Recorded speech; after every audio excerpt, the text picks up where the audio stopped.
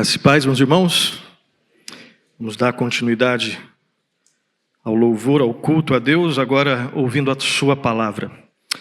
Abra a sua Bíblia em Lucas, capítulo 12, do 13 ao 21. Nós vamos meditar mais uma vez nesse texto. Lucas, capítulo 12, do versículo 13 até o versículo 21.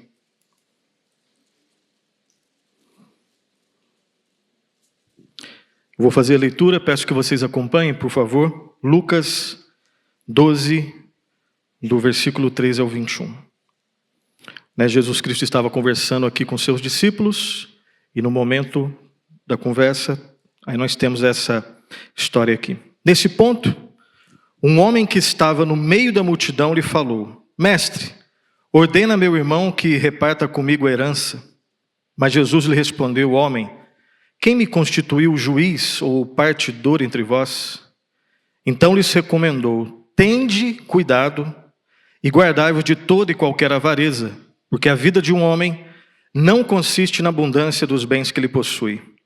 E lhes proferiu ainda uma parábola, dizendo: o campo de um homem rico produziu com abundância.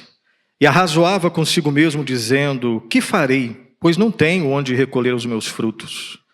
E disse: farei isso. Destruirei os meus celeiros, reconstruí-los-ei maiores, e aí recolherei todo o meu produto e todos os meus bens. Então direi à minha alma: tens em depósito muitos bens para muitos anos. Descansa, come, bebe e regala-te. Mas Deus lhe disse: louco, esta noite te pedirão a tua alma, e o que tens preparado? Para quem será? Assim é o que entesoura para si mesmo e não é rico para com Deus. Feche os seus olhos, vamos orar mais uma vez. No nome de Jesus, nós suplicamos a Ti, ó Senhor Deus eterno, Pai de toda a criação. Te agradecemos, ó Pai, primeiramente, pela Tua bondade, Tua graça em nossas vidas. Obrigado, ó Pai, por esse tempo especial em Tua casa, no culto que só a Ti é devido. Louvado seja o Teu santo nome. Ilumina-nos, ó Espírito Santo, abra os nossos olhos, prepara os nossos corações. Te agradecemos porque pudemos, ó Pai, cantar hinos, cânticos, orar ao Senhor, pedindo perdão, ó Pai, tem misericórdia de nós, agradecendo, louvando, intercedendo, e suplicamos a Ti. Fala aos nossos corações, ilumina-nos, ó Espírito Santo. O Senhor conhece a necessidade, as lutas, as alegrias, as coisas feias e bonitas, ó Pai, da vida de cada um de nós aqui. Ó Deus, livra-nos de sairmos dessa tarde da mesma forma que entramos. Fala aos nossos corações, ó Deus, ajuda-nos a ouvir a Tua voz. Em nome de Jesus, amém. Amém. Meus irmãos, nós cantamos aqui muita coisa, né? Muitas verdades bíblicas, maravilhoso é estar na presença de Deus. Mas uma pergunta que eu gostaria de fazer nesse início para nós aqui, duas, são as seguintes: de que forma a eternidade ela influencia as decisões da nossa vida no dia a dia? Se olhássemos para a nossa vida na última semana, a eternidade realmente conta na hora que a gente vai viver a nossa vida no dia a dia? De que forma os valores eternos, o fato de que essa vida não é tudo que existe, de que forma a eternidade ela influencia a forma como a gente pensa, a forma como a gente fala, as decisões corriqueiras do dia a dia, trabalho, finanças, enfim, a forma como a gente usa a rede social e por aí vai. De que forma os valores eternos, de que forma a eternidade, ela realmente influencia o nosso dia a dia. O nosso estilo de vida sinaliza o quê? A gente está diante de um texto onde um homem rico, né? Poderia ser um homem pobre, mas no caso aqui é um homem rico. Ele tinha muita coisa, mas no final ele foi considerado como um louco. o que realmente importa na nossa vida, né? Essa semana foi uma semana difícil, eu não vou entrar em questões políticas do Brasil, me refiro especificamente à morte daquele irmão. Embora muita coisa louca tenha acontecido no Nepal também, oremos pelo Nepal, oremos por tudo que tem acontecido. Mas essa semana, não só o que aconteceu, mas reações em relação ao que aconteceu, mostraram de maneira muito clara que tem gente que não tem mais nenhum tipo de vergonha de expor coisas loucas. Porque às vezes coisas loucas você esconde. Todo mundo aqui já fez algumas coisas loucas na vida. Aquelas que você definitivamente não queria que ninguém ficasse sabendo. A gente faz coisas feias, sujas, podres, e a gente não quer espalhar para ninguém. Essa semana, não porque é só nessa semana, o mundo é louco, o mundo é assim mesmo. Desde Gênesis 3, o mundo é assim mesmo. Né? Você vê lá a Torre de Babel, você vê lá Sodoma e Gomorra. É que hoje a gente tem acesso a coisas que ocorrem, né? Um acesso muito mais rápido. Mas hoje, nessa semana especificamente, a gente tomou notícia de que coisas que antes você escondia, as pessoas fazem com vontade, elas se gravam e expõem coisas blasfêmias, ódio, sentem prazer no ódio e na morte de alguém, enfim. Aí vem de novo a pergunta: de que forma a eternidade? Será que realmente a eternidade faz diferença na nossa vida, no dia a dia? Eu creio que esse texto pode nos ensinar, nos orientar, nos preparar para responder essa questão. Aqui o Senhor Jesus Cristo estava conversando com seus discípulos, e no momento da conversa você tem essa expressão. Nesse ponto, aí ele foi interrompido por um homem. E aí, basicamente, em termos estruturais, aqui nós temos o seguinte: do versículo 13 até o 21, que é o nosso texto, você tem no versículo 13 o pedido desse homem. Esse homem faz um pedido. No versículo 14 você tem a pergunta. Ou melhor, no versículo 13 você tem um pedido. Aí depois você tem a pergunta, porque Jesus Cristo não responde a princípio da maneira que ele quer. Jesus Cristo não se prende aos nossos esqueminhas. Jesus Cristo coloca a nossa vida de cabeça para baixo para depois colocar da ordem certa. Então, primeiro, a pergunta desse homem, e aí depois você tem a resposta de Cristo em 3 partes. A pergunta de Cristo, a recomendação de Cristo, e no final ele conta uma parábola. Então, se a gente pudesse fazer um esquema, seria isso. Agora vamos tentar encher esse esqueleto aí. Então, primeiro, esse homem faz um pedido. E aí Jesus Cristo responde, fazendo uma pergunta, fazendo uma recomendação, e aí depois ele conta uma parábola. E aí a gente vai versículo a versículo aqui. Primeiro, vamos lembrar do pedido daquele homem. Versículo 13, vamos ler todos juntos? Vamos lá? Nesse ponto, um homem que estava no meio da multidão lhe falou: Mestre, ordena meu irmão que reparta comigo a herança. Esse homem, o nome dele não é importante aqui. Esse homem, ele chega para a pessoa mais importante do mundo, a pessoa que ressuscita mortos, ele chega para a pessoa que cura cegos, faz aleijado andar. Ele é aquele que fala: acalma-te e emudeça o mar, e o mar acalma e emudece. Ele poderia ter perguntado muita coisa. Ele faz esse pedido aqui. E os comentaristas dizem que, na tradição judaica, normalmente as crises familiares, né?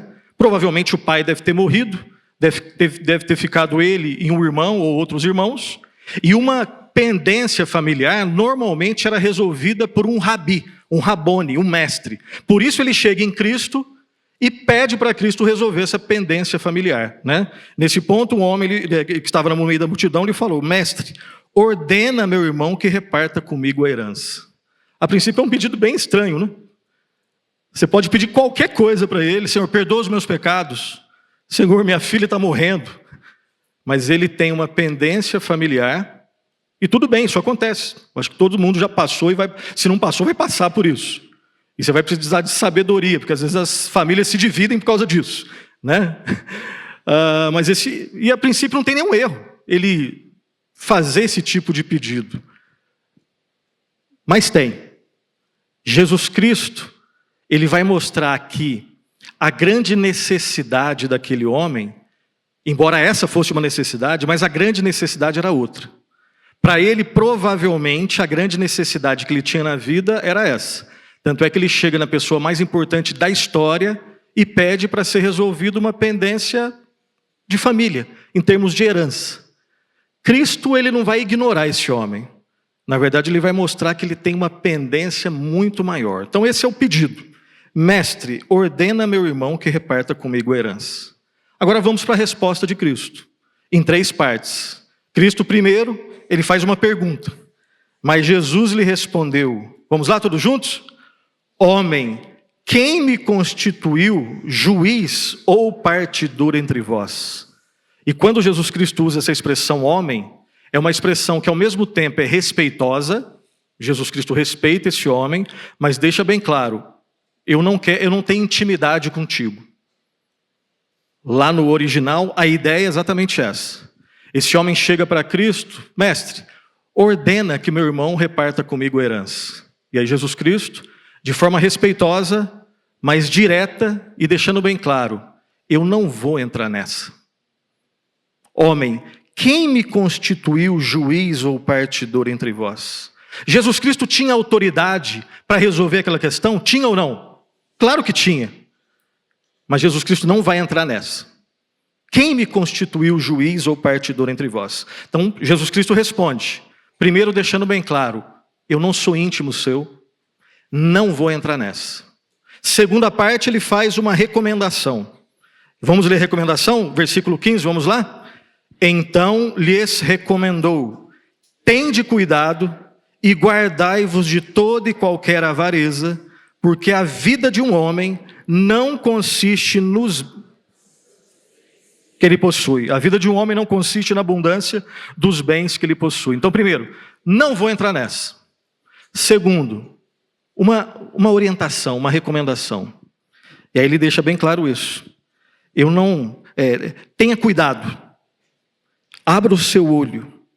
Guarde-se. E ele fala isso para os seus discípulos, porque ele está ensinando os seus discípulos. Por isso está no plural. Tende cuidado, guardai-vos de toda e qualquer avareza. E por quê?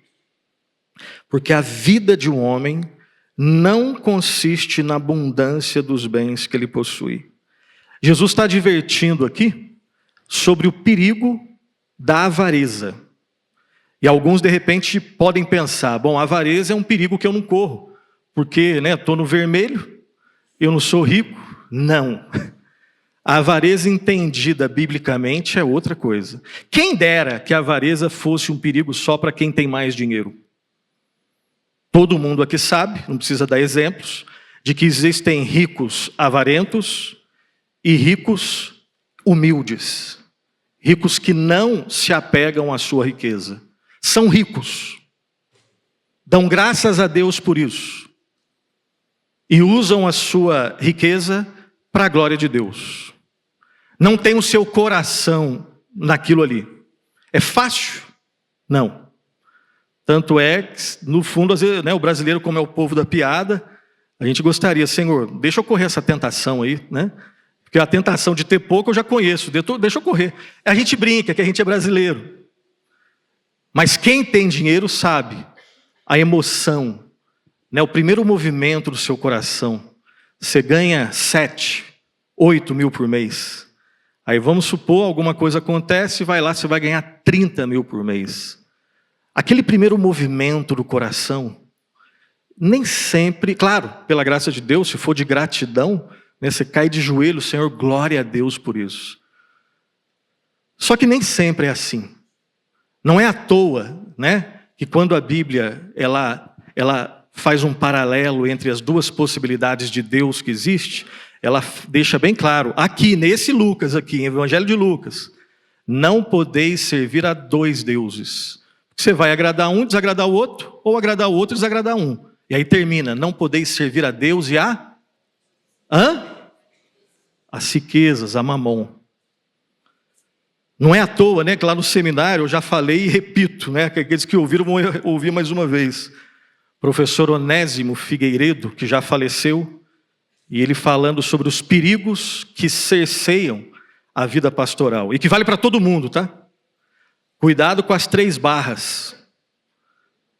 Barra de saia, precisa falar. E a culpa não é das mulheres, é do coração do homem errado. Cuidado. São João da Barra, que era uma bebida famosa na década de 80, né? Cuidado com a bebida. E a barra de ouro. Conhaque São João da Barra. Então cuidado com as 3 barras. E a terceira é barra de ouro. Na questão do São João da Barra, você pode ampliar para qualquer tipo de vício. Na época não tinha, né, esse bichinho aqui. Não que o erro estava aqui. Mas você pode colocar para qualquer outro tipo de vício. A questão dos pecados sexuais. Freud errou em muita coisa. Mas em pelo menos uma coisa é óbvio que ele acertou. Ele entendeu que a pulsão sexual é muito poderosa. E a questão da riqueza. Então existem ricos que são avarentos. Que se perder a riqueza, perde tudo, porque tudo que ele tem é a riqueza. Esse cara é pobre. E não é hipocrisia. Bíblia diz isso. Existem ricos que sabem que a riqueza é fruto da graça de Deus, porque teve gente que se esforçou igual ele se esforçou, e não é rico como ele, é graça de Deus. Agora tem pobre, que é humilde, né, aquela coisa, acordar 6h30, acordar 5h30, acordar 4 horas da manhã, e ter ali, né, ralar para finalizar o mês, e mesmo assim não é uma pessoa ranzinza. Tem pobre, humilde, sábio, e que vai passar a vida toda não tendo muita coisa, tem o que vestir, tem o que comer, e dá graças a Deus por isso. Tem as lutas que todo mundo tem, segue a vida, vai morrer e vai ressuscitar lá na glória. Agora tem pobre extremamente apegado às questões materiais. Essa recomendação aqui que o Senhor Jesus Cristo faz, tem de cuidado, e guardai-vos de toda e qualquer avareza. Então não existe só um tipo de avareza, é qualquer tipo de avareza. Você tem pouco ou você tem muito. Porque a vida de um homem, ele explica por quê. Porque a vida de um homem, de uma mulher, de um ser humano, não consiste na abundância dos bens que ele possui. Ou seja, a avareza não tem a ver com quantidade. A avareza é uma atitude do coração, é o apego idólatra ao dinheiro, às riquezas, aos bens materiais. Um autor do passado disse o seguinte: não existe nenhum outro pecado ao qual o coração humano é mais propenso do que a cobiça. E cobiça é qualquer tipo de desejo ilícito. Deus nos criou como seres desejantes. E o projeto original é para a gente desejar a Deus acima de tudo. O pecado não tira isso, o pecado distorce isso. Depois do pecado, o ser humano continua a ser um ser desejante. Eu e você, nós somos assim. Mas quando nós desejamos algo que é ilícito, aí nós estamos diante da cobiça. E ele continua: guerras, conflitos, brigas, divisões, disputas, invejas, ódio, de todos os tipos, manifestado em público quanto em particular, tudo isso tem a mesma fonte, a cobiça. Aquele homem chega para a pessoa mais importante do mundo e podia ter perguntado e pedido muita coisa. Ele pede isso: Senhor, resolve a minha pendência familiar, que eu quero ter parte na minha herança. Jesus Cristo, eu não vou entrar nessa. Segundo, cuidado com a avareza, porque a vida de um homem não consiste. Você tem pouco ou você tem muito, use para a glória de Deus. Mas a vida não consiste nisso. Até a sabedoria popular sabe disso. Até quem não é crente sabe disso. É o famoso: desse mundo nada se leva. Mas eu sei que é mais fácil pregar sobre isso do que viver no dia a dia isso. Por isso nós somos lembrados de novo. E aí, para terminar, o Senhor Jesus Cristo conta uma história.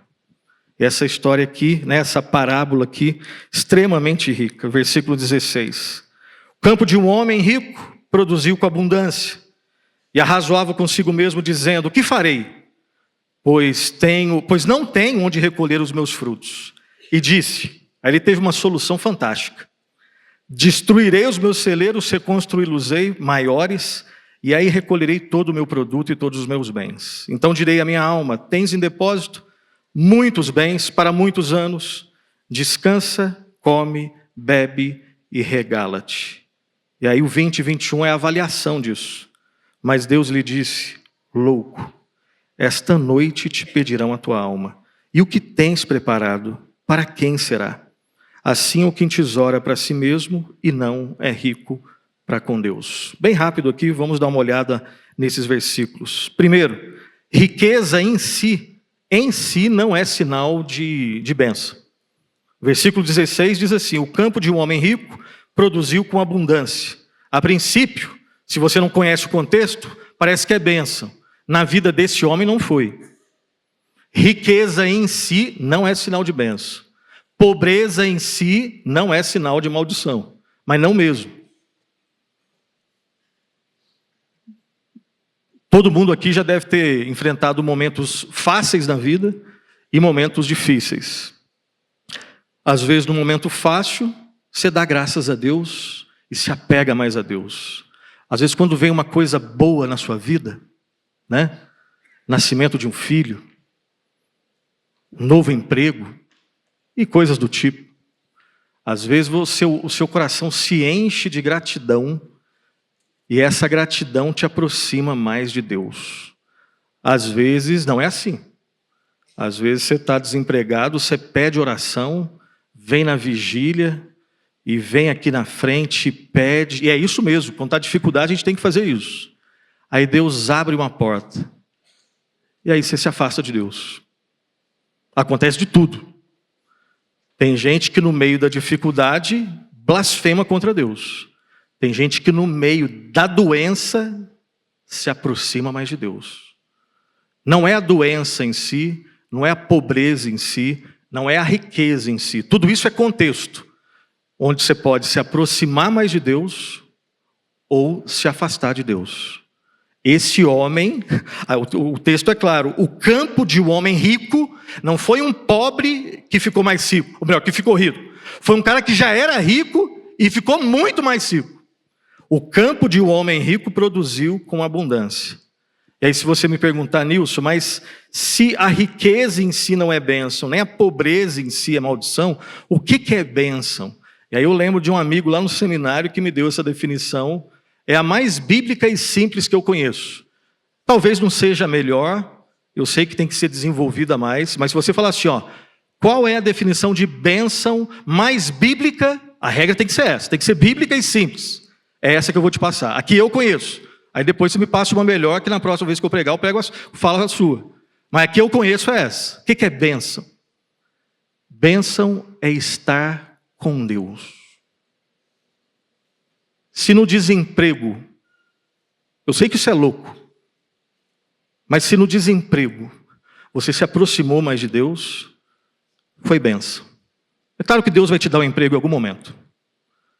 Se quando você tinha saúde, você não estava nem aí com Deus, mas no momento da doença, foi no momento que você se aproximou com Deus, eu sei que isso é louco, mas a Bíblia ensina, e eu já vi vários testemunhos, foi uma bênção, porque nesse contexto que eu me aproximei de Deus. Bênção é estar com Deus, com muito ou com pouco. Quando todo mundo está perto, ou quando todo mundo pisa na bola e te abandona. Se no momento do abandono foi o momento onde você se aproximou daquele que é o mais importante, foi bênção. O mundo nunca vai entender isso. E não é para entender mesmo. E aí o texto continua. Versículo 17, e arrazoava consigo mesmo, dizendo: que farei? Pois não tenho onde recolher os meus frutos. Olha só, que a gente vai separando, aí às vezes didaticamente pode ajudar, às vezes pode atrapalhar, né? Olha só o que está no 16, o campo de um homem rico produziu com abundância. Ele poderia fazer muita coisa. Tinha pobre naquela época? Claro que tinha. Ele poderia repartir. Se o reverendo Arival tivesse naquela época, ele com certeza ia pedir para ajudar na nossa tenda. E ele poderia ajudar. Mas esse cara não estava nem aí com isso. O campo de um homem rico produziu com abundância. E aí ele falava consigo mesmo. Ele não falou na multidão dos conselheiros. Ele não foi pedir dica com alguém mais sábio. Não. Ele não orou para pedir a direção de Deus. Ele arrazoava. Arrazoar é falar. É discutir consigo mesmo. Dizendo, o que eu vou fazer? Porque eu não tenho onde recolher os meus frutos. Ou seja, é insensibilidade no nível máximo. É claro que nenhum de nós aqui corre esse perigo, né? Claro que essa frase contém ironia. Eu sei que quando a gente lê um negócio desse, você fala, que cara louco. Mas esse sou eu e você, quando centralizamos as coisas do mundo e deixamos as coisas de Deus de lado. Aqui, perceba, lembra das primeiras perguntas lá que eu fiz? De que forma a eternidade influencia as decisões do dia a dia? Para esse cara aqui, zero. Zero. Ele só está preocupado com as coisas do aqui e agora. Ele já era muito rico, ganhou muita coisa, e aí ele fala com ele mesmo, não tem eternidade, não tem Deus, não tem nada. Não tem sabedoria fora dele, sabedoria é só nele. O que eu vou fazer? Eu não tenho onde recolher, já está tudo tampado aqui, já está tudo na boca. E eu não consigo, o que eu vou fazer? Aí ele tem uma ideia brilhante. Quando o conselheiro é você mesmo, as ideias brilhantes são essas aqui, versículo 18. Ele diz assim, farei isso, destruirei os meus celeiros, reconstruí-los-ei maiores, e aí recolherei todo o meu produto e todos os meus bens. Ou seja, ele, do início ao fim, ele é o centro de tudo. Não existe sobrenatural, não existe eternidade e nada disso. E aí vem o 19. Então direi à minha alma, ele está continuando a falar só com ele mesmo. Então direi à minha alma, tens em depósito muitos bens para muitos anos. O que eu vou fazer agora? Basicamente é isso. Essa é a filosofia de vida dele agora. Já que antes ele tinha um problema, ele resolveu o problema, destruiu, construiu maior, encheu de tudo. Agora a filosofia dele é o carpe diem dele, né? Aproveite a vida, é isso daqui, ó. Eu vou descansar, eu vou comer, eu vou beber e vou me regalar. Ou seja, o regala-te não é uma palavra que a gente utiliza, né, no dia a dia. É fartar-se, divertir, se alegrar. Numa tradução mais próxima aqui seria, eu vou zoar a vida toda. Eu vou beber todas. É isso que eu vou fazer. Esse é esse homem. Esse é esse homem aqui. E a gente aprende, entre outras coisas, eu quero ler só mais um texto com vocês, Mateus 6, 19 e 21. Vamos lá para Mateus 6, 19 e 21.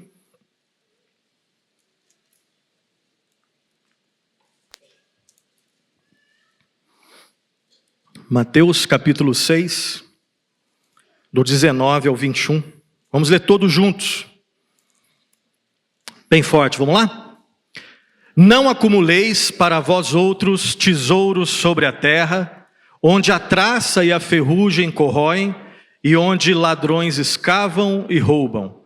Mas ajuntai para vós outros tesouros no céu, onde a traça nem ferrugem corrói, e onde ladrões não escavam nem roubam. Porque onde está o teu tesouro, aí estará o teu coração. Esse é um texto que completa, né? Esse é um texto paralelo, de alguma forma, a esse texto aqui.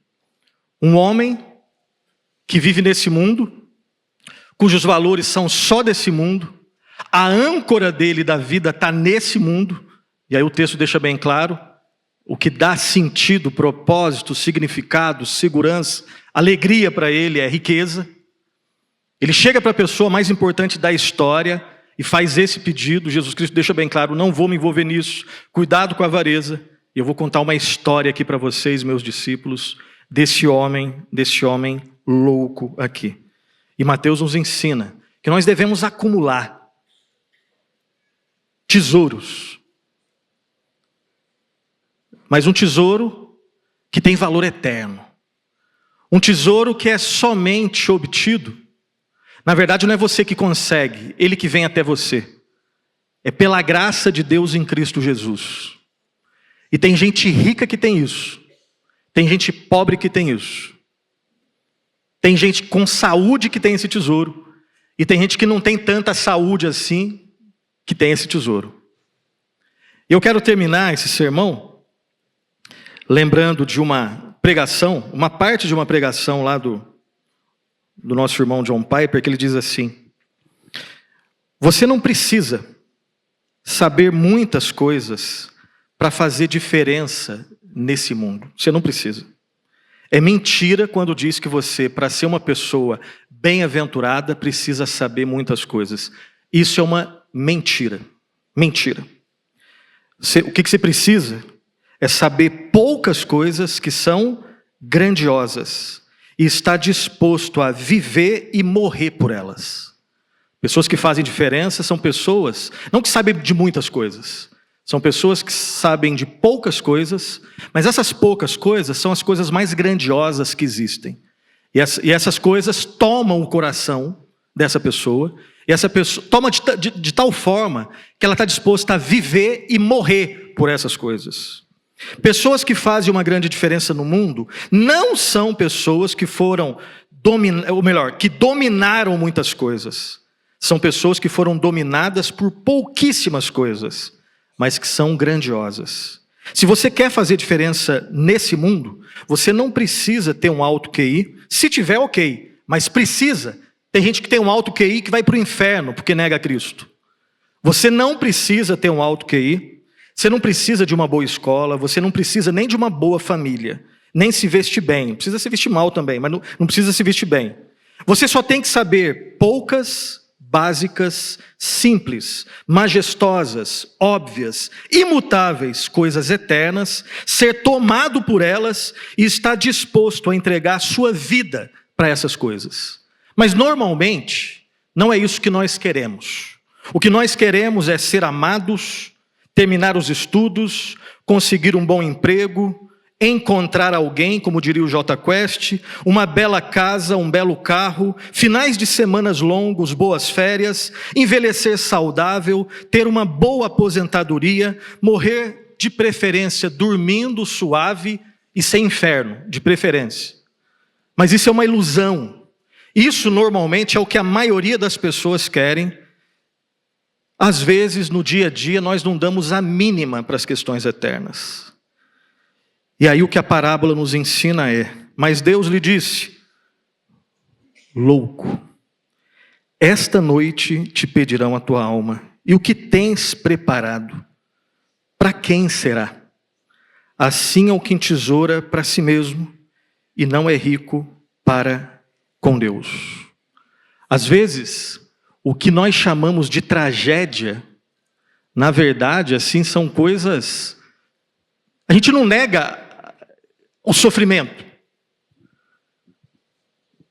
Mas às vezes alguma coisa que a gente chama de tragédia não é tão trágico assim. E tem coisa que a gente chama de, poxa, que vida é essa, hein? Não, é uma loucura. 2 mulheres, na casa dos seus 80 anos, uma chamada Ruby, ela era solteirona, enfermeira, e ela entregou a sua vida a uma coisa só: tornar Jesus Cristo conhecido entre as pessoas mais pobres e doentes, nos países mais difíceis. E aí uma amiga dela, Laura, também médica, ela se aposentou junto com a Ruby, tinha mais de 80 anos. Num determinado dia, lá no país dos Camarões, lá na África, elas estavam a caminho de um vilarejo, o carro perdeu o freio, elas caíram num penhasco e morreram na hora. Isso é uma tragédia? É o que John Piper pergunta. 2 mulheres na casa dos seus 80 anos, servindo a Jesus, isso é uma tragédia? Eu sei que se eu fosse irmão de sangue delas, eu ia estar sofrendo.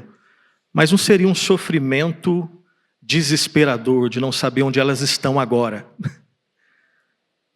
É trágico, num certo sentido, porque ninguém quer perder. Ninguém quer que uma pessoa amada fique tão longe. E ninguém quer morrer de acidente. A gente quer morrer dormindo. Não tem nenhuma garantia. Provavelmente ninguém aqui vai morrer dormindo. Provavelmente, eu também não sei. É que nas estatísticas normalmente é assim, normalmente não é. A questão é o que é uma tragédia. Biblicamente, isso aqui não é tragédia. 2 mulheres com 80 anos de idade. Se elas não fossem para Camarões fazer missões, elas não estavam pecando.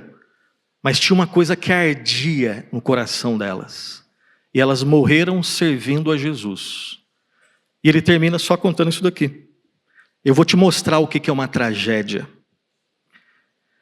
Bob e Payne se aposentaram 5 anos mais cedo dos seus empregos. Ele tinha 59 anos e ela 51. Eles agora passam a sua vida na Flórida. Nenhum erro nisso, não é pecado ir para a Flórida. Eles navegam no seu pequeno iate, não é nenhum pecado fazer isso. Jogam softball e colecionam conchinhas. E ele termina dizendo, basicamente esse é o sonho de muitas pessoas da classe média americana. E ele termina dizendo, isso é uma tragédia. Pessoas que acham que essa vida é tudo o que existe. Quem dera que esse tipo de pensamento existisse só fora da igreja. Isso tenta a minha vida e a sua vida. Mesmo cantando, orando, vindo à igreja todos os domingos, é possível que nós tenhamos um estilo de vida de segunda a sábado, onde eternidade não vale quase nada. Louco, esta noite te pedirão a tua alma, e o que tens preparado para quem será? Que Deus nos livre de viver uma vida trágica. Se tiver dinheiro, glória a Deus e use para a glória de Deus. Se tiver pouco dinheiro, glória a Deus e busque em Deus o que você precisa. Mas saber que um dia todos nós vamos partir. E aí eu lembro daquilo que estava lá no livro do Philip Yancey, no escritório dele, uma frase. Somente uma vida, ela logo passará. Somente o que é feito por Cristo permanecerá. Somente uma vida, ela logo passará. Somente o que é feito por essa pessoa, que pode até resolver as nossas pendências familiares, mas ele não veio para isso. Ele veio para perdoar e salvar, colocar a eternidade no nosso coração, de forma que a gente viva com a eternidade nesse mundo. Somente uma vida vivida por Cristo é que vai permanecer. Que Deus grave a eternidade no nosso coração e que os nossos olhos estejam no Senhor Jesus. Feche os seus olhos. Vamos orar. Pai bondoso, louvado seja o teu santo nome, ó Pai. Obrigado, ó Pai, porque mais uma vez esse texto nos ensina, nos confronta e nos enche de esperança. Ó Deus, livra-nos de confiar em nós mesmos. Ajuda-nos, ó Pai, a sermos ateus de nós mesmos e que a nossa confiança esteja no Senhor. Que o nosso amor maior, que a nossa confiança, que a nossa âncora esteja no Senhor. Que aqueles que têm dinheiro, Pai, que aqueles que foram agraciados pelo Senhor com mais recursos, que eles sejam gratos por isso, que eles sejam humildes por isso, e que eles nunca coloquem o seu coração nisso, mas no Senhor. Aqueles, ó Pai, que têm o básico, que não sejam murmuradores, que não sejam invejosos, mas que tenham a sua esperança, a alegria no Senhor, sabendo, ó Pai, que no Senhor nós temos tudo o que nós precisamos. Ó Deus, dá-nos coragem para viver, ó Pai, nesses dias maus, e ajuda-nos, ó Pai, a viver para a Tua glória, em nome de Jesus. Amém. Que Deus os abençoe.